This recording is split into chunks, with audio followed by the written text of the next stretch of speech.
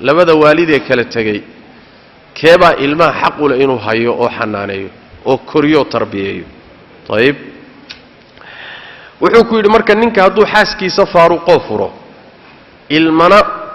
ay u hayso oo ilmo ay u dhashay iyada ayaa xaq u leh inay ilmaha xanaanayso oo gacanta ku hayso oo koriso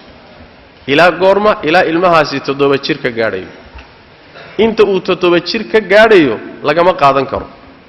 ama furitaan ku kala taga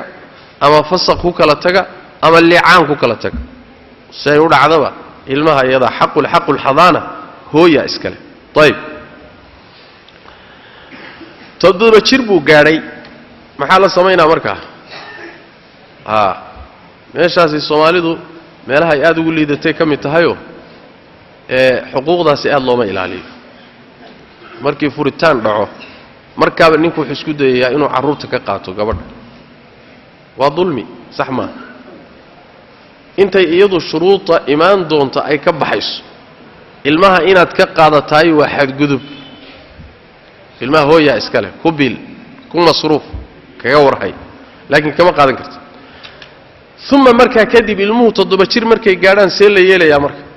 thumma marka kadib yukhayyaru wal khiyar gelinaya ilmihi bayna abawayhi labadiisa waalid dhexdooda ayaa la khiyar gelinaya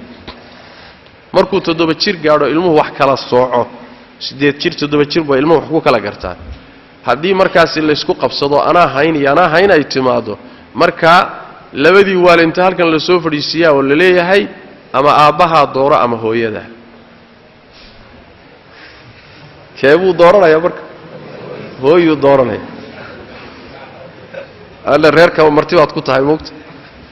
sooba saasuya waa laga dhib badan yahay shaki male xaqaaga iyo dadaalkaaga waad leedahay laakiin hooyo miyaad adigu isgarab dhigi kartaa ya dhibkay martay maadan marin saas daradeed waxaan dhihi lahaa masaladaas aad looga taxaduro